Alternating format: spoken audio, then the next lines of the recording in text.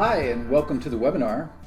My name is Dino Chiesa, and I'm from Apigee, and today we want to talk to you about advanced security extensions in Apigee Edge, specifically extensions that can help you handle JWT, JWS, and JWE. Before we get into the content, I want to remind you that the slides that we're presenting today will be available on SlideShare.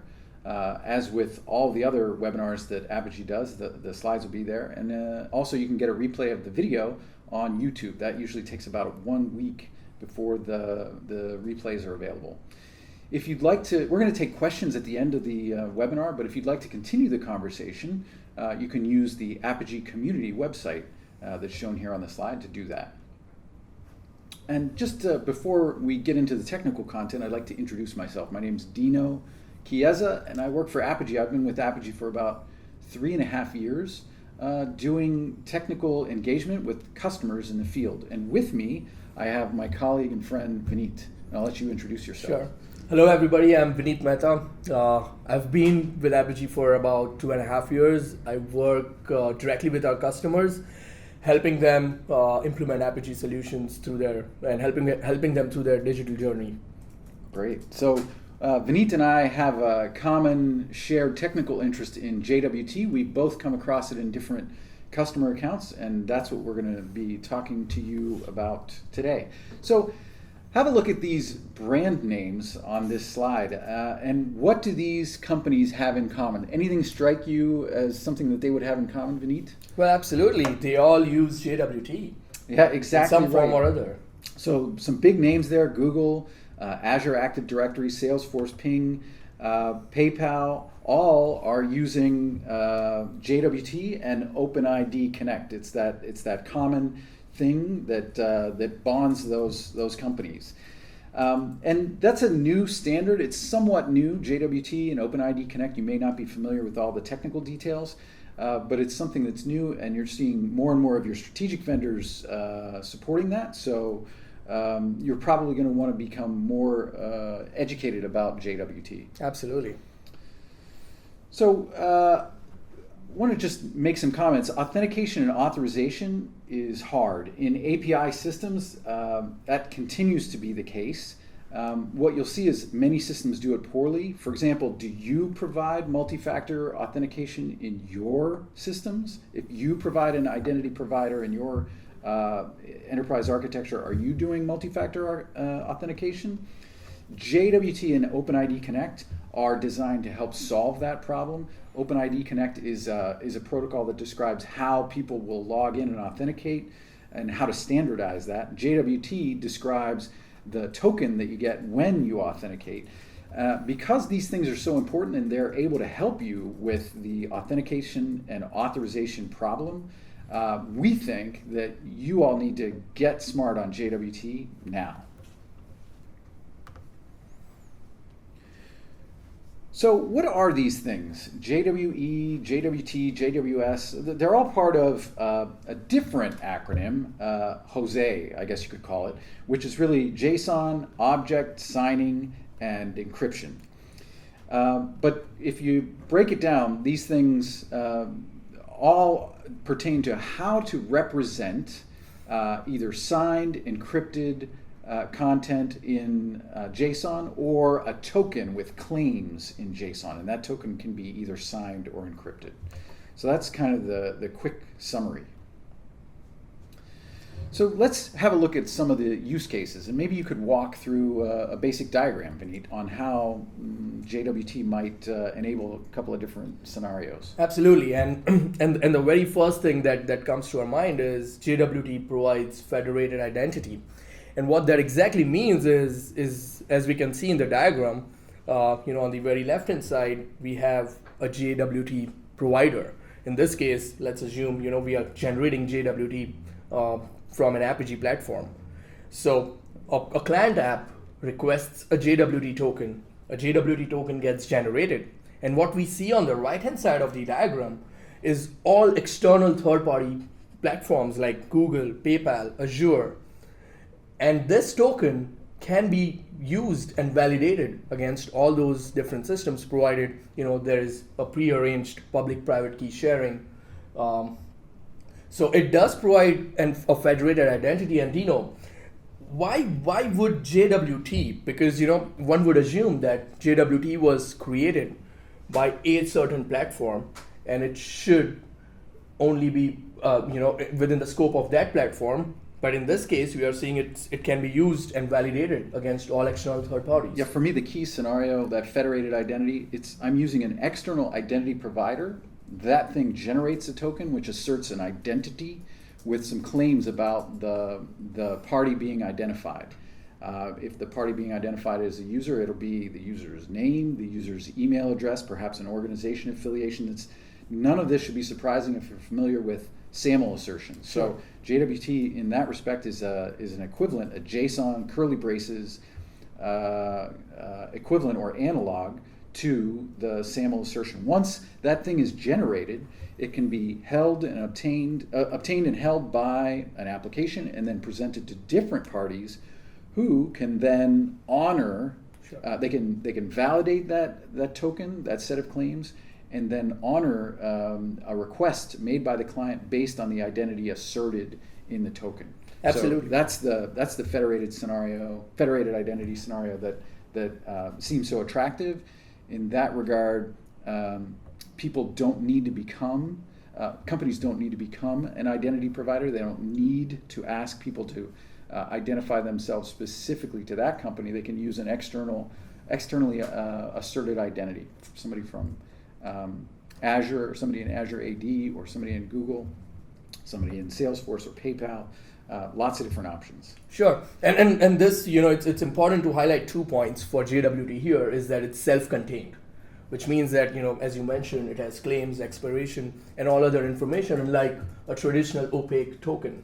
And that's how external systems can make sense out of it and validate absolutely. it on that. And we'll get a good look at those, at the self-contained nature of JWT as we do some of these demonstrations. Absolutely. So the other key highlight is JWT integrates with external identity provider, and this use case is exactly the flip aside side of what we saw in the previous use case, where in this case the JWT can be generated by external third-party providers. In this case, we could have a JWT generated by Salesforce, Azure, Google, etc. At the same time, you can front your runtime API traffic and validate that externally generated JWT and use that as an authentication mechanism against your systems. Yeah. So some nice scenarios that JWT is enabling. So let's have a look at the specifications. There are 3 real core specifications in that suite of Jose specifications. There's JWT, JWS, and JWE. Correct. And we'll see that on the next slide as we advance.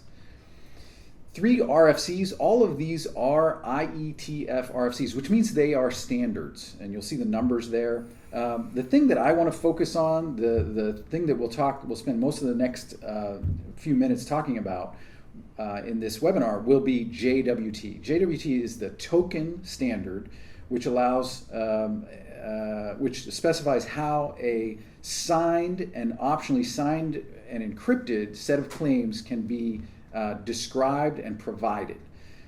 So the set of standard claims includes issuer, subject, audience, issue time, not before time, expiry time. All of those are standard claims that might appear in a JWT. And an issuer would be somebody like Azure AD or Google or PayPal or Ping Identity. And as well, you could also issue, using Apigee Edge, you can issue your own JWT that would then be used either by Apigee Edge or by some external party. So that's what JWT is. JWS is kind of a supporting standard that that describes how to sign that information. So JWT just describes how to format the claims. JWS describes how would we sign that to make sure you have integrity guarantees Sure. and non-repudiation. So now I've got this token, it's been signed by Azure Sure. AD, I can be comfortable, I can be confident that it's Azure that has authenticated me.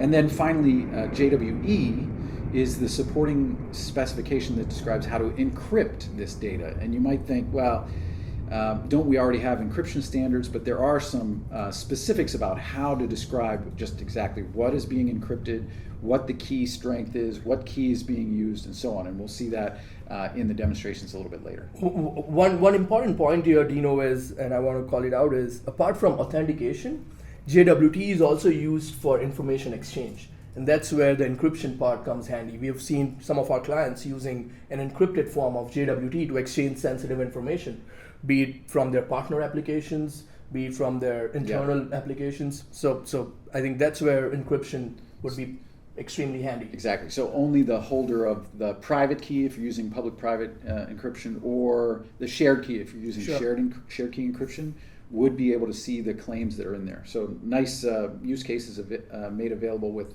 the encrypted JWT.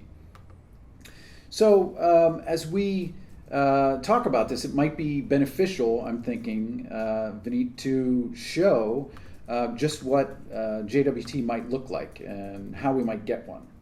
So I've got a bit of a demonstration that I'll kind of walk people through.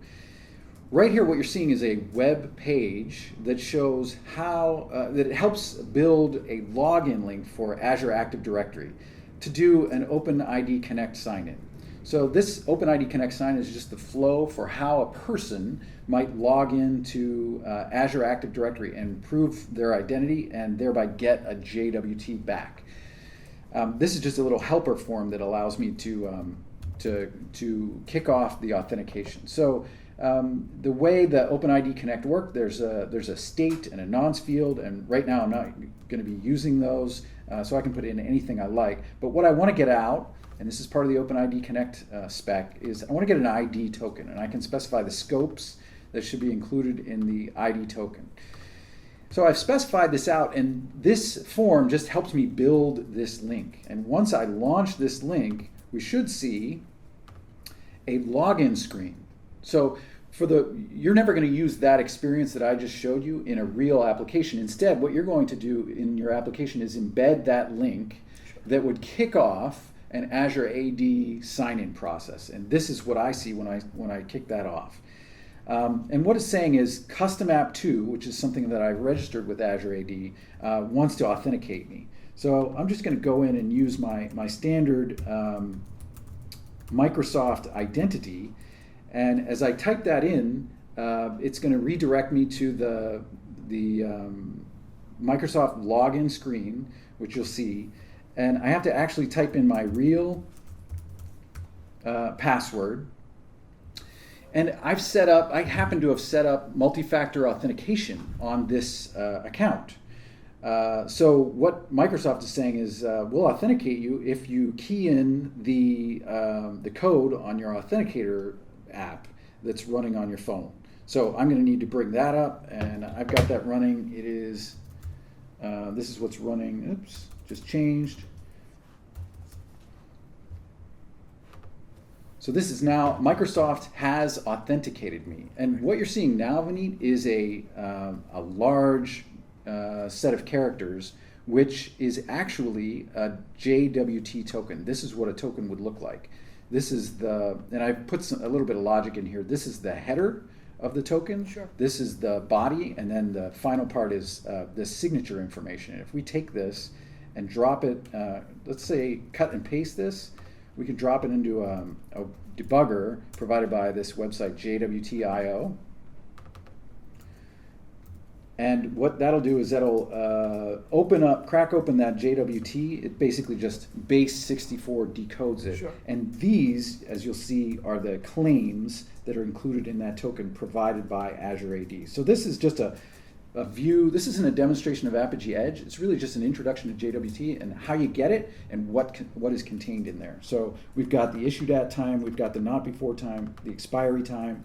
The issuer is a URL.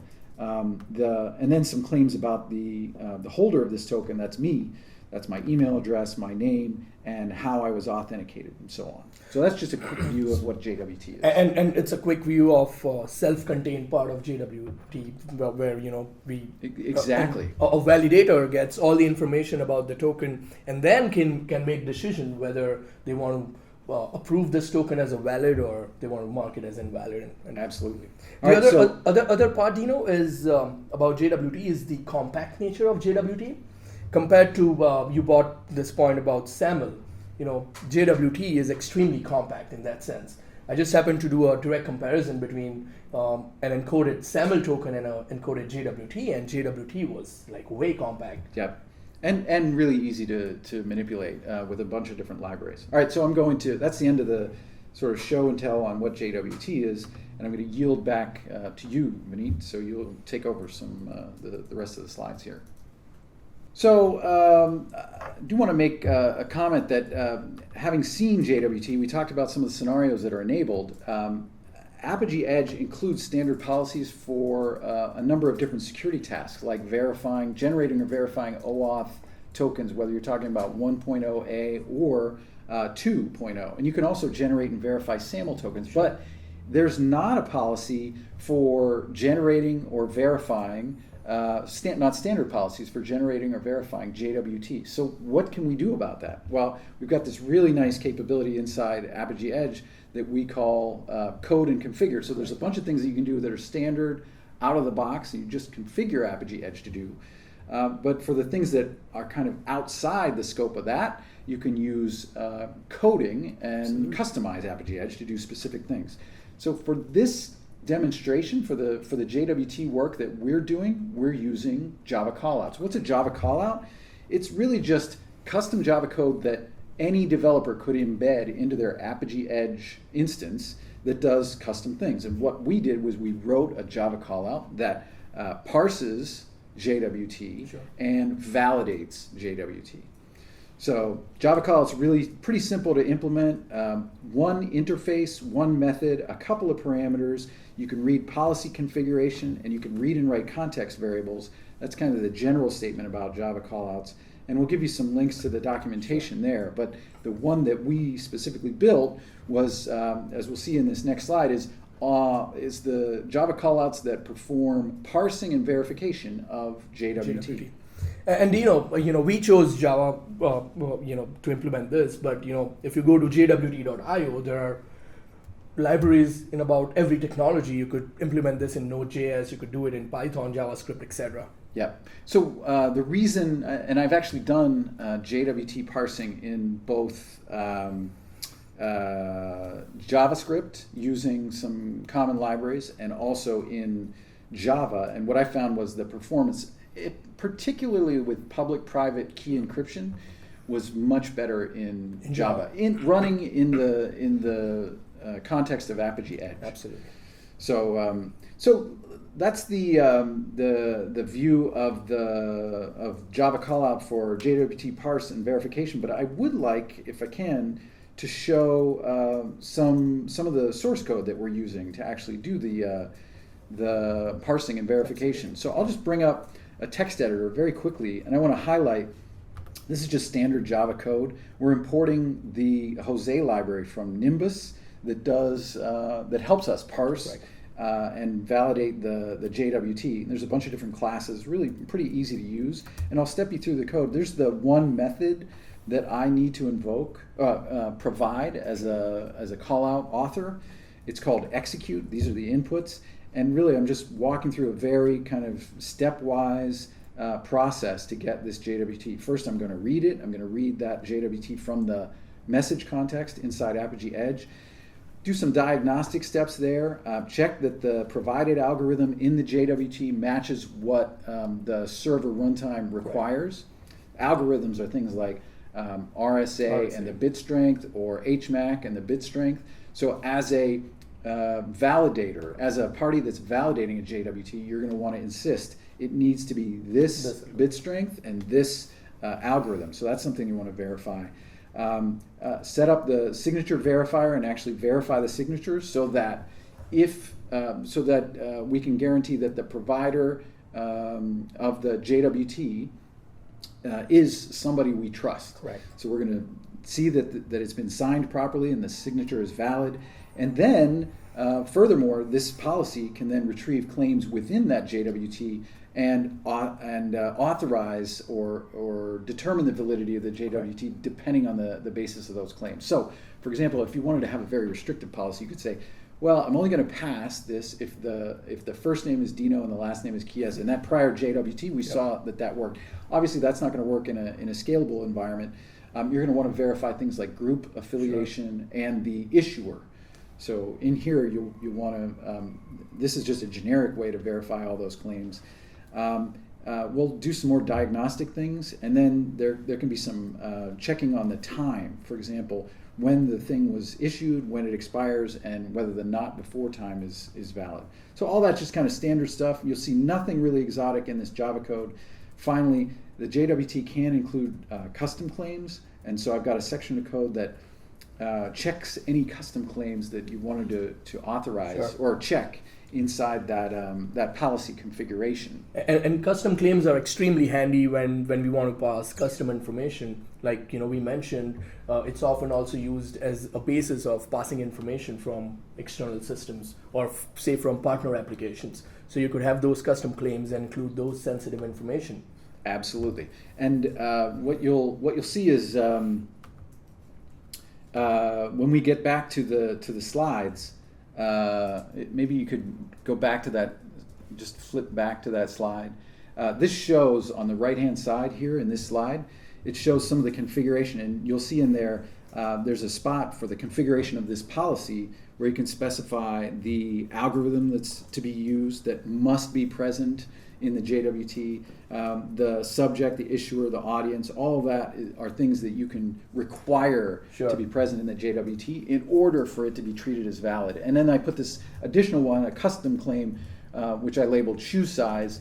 Obviously, that's not going to be something you're going to depend on in real life, but any custom claim that your JWT provider injects into the JWT, you could verify in such a way by configuring this policy. And that's a key point that I want to make is that we've written the policy, but it's reusable. Absolutely. So while I walk through the Java code, and it's pretty simple, you don't need to know Java in order to use it. You just need to be able to configure it in this way that we're showing on the screen. Sure. No, this is super handy, as Dino mentioned. You could inject your custom variables as properties for your Java program to read it, and that way you can use the exact same generic Java code that we have, and you could use your own claims. Yep, configure it differently. Absolutely. To, for example, to validate a JWT from Azure AD versus, and configure it slightly differently to verify or validate a token that's obtained from Google or some other provider. Sure. So absolutely. It should be totally reusable. That's the call out for parsing and verification. On the next slide, we show a similar one, configuration for JWT generation. So you can use a similar Java callout. I won't walk through the code. I won't go into too much detail, but it allows you to generate JWT. So those are the two scenarios. It's generation and verification of tokens, and you can do both of those inside Apigee Edge with this custom policy. So what I was kind of hoping is that you could walk us through some demo scenarios. Sure, absolutely. Let's do that. So you'll be able to show us both generation and verification of JWT? Yes, and this is the Apigee API proxy that we've written for JWT. This one is for JWT Encrypted. I have a pre-baked Postman collection to demonstrate the JWT creation and validation. So let's quickly, let's go through the signed JWT. So I have some pre-baked, so as you can see on my screen, I have a Postman collection. And let's run this request of creating a signed JWT using HS256 algorithm. So we're sending this request in, just an API request, being sent in to an API proxy running in Apigee Edge, and it's giving you back a token. It's giving me back a token. Now let's grab this token and validate that. So I'm going to paste this token here and see what I get back from that. And as you could see, we get all the claims information and all other information which was self-contained within this particular JWT. Now this API call that you made that said, give me a token, Sure. Is that going to be a standard thing? You didn't pass any other information in there, I don't think. I didn't. So it just asks me for this is a simple API call to create a JWT token. So normally you're going to augment that. You're going to kind of Absolutely. decorate that with some authentication check around that, or defer authentication or delegate authentication Sure. to some other system. Once the authentication succeeds, you can use that trusted authentication provider as the basis for the information or the claims that Apigee Edge would inject into the signed token. Absolutely. Right? So this demo scenario that we're showing, not really something you're going to use in production, but it does demonstrate that you can generate any arbitrary claims you like in a JWT. And validate that. Yep, and then validate. Right. Sure. So we did both of those. So this one is slightly different. The next thing that we are looking is at an encrypted JWT, and if you observe here, I'm passing an API key. What happens here is that we have encryption, and that's why we have private and public keys. And those private public keys are tied to an API key. So if I'm passing this API key, I'm going to be generating an encrypted JWT, which is for this particular API key. I see. So Edge has stored in the key store the API key that you've passed, and also a separate key, the secret Sure. key, if you will, that you haven't passed. That I Edge haven't is able to passed. look up that secret key, then generate a JWT, and then encrypt it using Sure. that secret key. Yep. And as you might have also noticed that the length of an encrypted JWT is way bigger than a non-encrypted or a signed Yeah, why JWT. is that? It has a bunch of other information. If we look into the JWT specs for encrypted JWT, it has a lot of information regarding encryption, Yep. algorithms, etc. Yep. So now let's go ahead and validate this encrypted JWT and see what we get back. We are now doing two things essentially here. We are decrypting the encrypted JWT, and then we are validating the JWT. All the claims that are in there. All the claims Yep. that are in there. And this is all done again with the policy that is configurable in XML. So if people don't understand the Java or don't want to crack into the Java, they Sure. don't need to. They can just depend on this reusable policy, this Sure. custom policy that we've written and provided. Absolutely. Yep.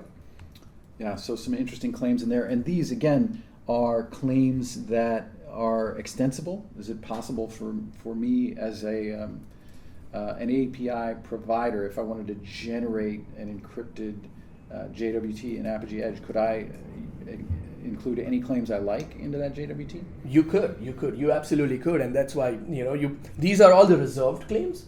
Outside of that, you could come up with any claims. Again, coming back to the point of passing sensitive information. Yeah. Are typically used in a partner use case scenarios where partner systems want to integrate with a core system of yours, and they want to pass sensitive information in this fashion. Got it. So interesting, and all done with just Apigee Edge configuration. Will we see any of the policy configuration live in these proxies? Will you be able to show us that? Sure, absolutely. Let's go through that. So this is an example of an encrypted JWT. Let's do a code walkthrough real quick. And let me open up. So let's look at the creation of JWT. It's doing nothing. It's just making a call out, a service call out, a Java call out to a JWT encrypted creator call out, and then it's assigning that JWT to the response message. And so what's the configuration look like for the encrypted JWT callout? Let's look at that. So pretty simple. There's the Pretty straightforward. Again, all configuration based. We have not hard coded anything in our Java code, so that you can simply come here and write your own configuration and use the same underlying should code. be really simple. Great. And the other flow is for validation. In this case, we have an exact similar Java callout doing a validation, and then we are doing some extra validation, extracting claims, making sure that the API key is same as the issuer. Yep. And you could do all those kind of, Yep, that's one of the extra requirements. validations that you want. Yeah, great. And in this case, just quickly on the JWT encrypted validator, we can pass in the property of private key encoded and the password. So Vineet, in this case, we didn't actually pass in the private key We when didn't. you were validating it. Where is that magic happening, right? Where's That's the a great- private key coming from? That's a secret. That's a secret, and that is actually happening in our Node.js code. So we have stored the client ID and as a key in our something called as Apigee Vault, which is an encrypted store, specifically meant for storing sensitive information like credentials, etc. So we're making a Node.js callout, and then using the API key passed in the request, we are finding what's the matching secret. So we get the secret, then you can apply the secret when validating that signed and encrypted JWT. So a nice kind of combination of facility inside Apigee Edge to produce that result. Absolutely. Really nice. So good. So that's working in the cloud today, and anybody can use this in either an evaluation organization or in a commercial organization. Yes, it's ready. It's production ready. You can have your own configuration outside of that and use that. Great. So a couple other remarks that we'll make about JWT. We looked at some of the code. We saw it in practice, saw the demonstration. Maybe we'll make some comments. The first policy that we showed handles signed and non-encrypted JWT, and the algorithms that are supported in that one are RSA 256 and HMAC 256. You can use weaker key strengths and you can use stronger key strengths. Shouldn't be a problem. Easy to configure, and we have a README that describes how to do that. And then the separate policy that we showed did the encrypted JWT using RS-256. The encrypted JWT also allows for shared secret encryption. So HMAC encryption or shared secret AES encryption with a different algorithm. And we didn't demonstrate that for this particular demonstration. So one thing I wanted to ask you about is revocation, JWT verification. We saw that the token itself has a issued at time and an expiry time. What if I want to revoke it? Well, that's a bummer. You cannot revoke. You cannot revoke a JWT token. The reason being is that it's not stored anywhere. It's self-contained. So you can revoke something, invalidate something if it's stored in your database somewhere. Just like your typical OAuth bearer tokens, right? But JWT tokens are self-contained. Once they are created, it has its own expiration, and it only expires when it is supposed to be expiring. So, one of the best practices, that we typically recommend during JWT is to have short-lived JWT, is to have short-lived expiration. So you're not going to issue a token that lasts for 6 months? Absolutely not. Absolutely not, because it becomes extremely difficult. There are some very goofy ways to invalidate, but it becomes extremely difficult to not practical. Not practical at all. Better to just make it easy to generate a new token. And you might even be able to rely on session state to your identity provider to allow refresh of a JWT or generation of let's say a new JWT without going through the typing in your username, password, and your multi-factor authentication. It may be that session is still alive, and Azure AD, for example, or Google will just let you get a new token based on that live session. So So a quick question: can we use this JWT as a replacement to the opaque OAuth token? We're gonna get to that. I think we're gonna get to that in a minute. So the question is when to use JWT versus OAuth 2.0 tokens, and it's kind of a trick question. On the next slide, you'll see JWT are OAuth tokens. They're bearer tokens. They're not opaque bearer tokens. They're not the tokens that maybe you're used to seeing being generated by Apigee Edge with the OAuth 2 generate access token policy. Yet they are still tokens, and they still act as bearer tokens. If you were to send them with an API call, you would send them in the authorization header, followed by the bearer keyword, and then the JWT. That's how they work. So better to phrase that question is when to use JWT versus opaque OAuth tokens. And I would say use JWT when you want federation. An external identity provider provides the JWT, and then Apigee Edge perhaps is validating that externally provided JWT. Another option is when you want the client, that is the holder of the token, to know all the claims that are contained in that token. So today, if your app, an app that you build that runs on a phone or some other device, has an opaque OAuth token, you can't see as an app developer the claims that are contained in that. You pointed this out a little bit earlier. Correct. With JWT, you can't. The application running on the device can just crack open that token. If it wants, it could even verify the signature and get all those claims. So that's handy in the case that you want to be able to retain that information. JWT is a nice vehicle to provide that. Sure, and we've also seen use cases again, where JWT is used for information exchange, for sensitive information exchange. Exactly. You can encrypt. Yep. You can encrypt. So we already pointed out that it doesn't work well. JWT doesn't work well with revocation. Revocation is a lot easier with an opaque bearer token. Absolutely. Because that opaque bearer token needs to be passed to the token verifier Correct. system, the issuer essentially, for verification. So it's not a federated identity system. It's just one system that provides the token and verifies it. And so revocation is really easy. You just contact that central store and revoke. We can do that in Apigee Edge with opaque bearer tokens, not with JWT. All right, so that covers that. Next couple of slides, we're going to talk about JWT generation, and we'll just have a closer look at the configuration of the policy for generating encrypted JWE. And this one shows how to do the call out, how to configure the reusable call out that we produced that does JWE generation. Just as it was for the JWT side, this is a reusable policy. You don't need to know any Java to use it. You just need to be able to know how to configure it this way. And we've got a README documentation that's going to be able to help people do that. Likewise, the converse of encryption is decryption, and you can similarly see the configuration required for that. So when to use JWS and JWE? So we saw the three specifications. Sure. Yep. There was the token specification, the signing, and then the encryption. And my question is, when do we use signing and encryption? And again, this is another trick question. I would say don't ever use them. Why would I say that? Well, because to me, JWE and JWS are supporting standards for JWT. So you can get a signed JWT. It's essentially using the JWS standard to do the signing, or you can get an encrypted signed JWT, and that'll use both of those supporting standards.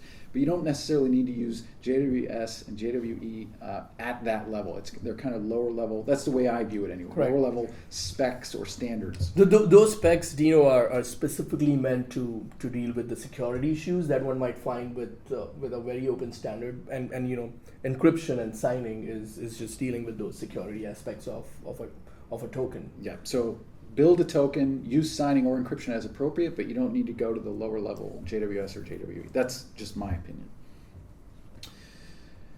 So that kind of wraps up the key content that we had to present, but let me just summarize.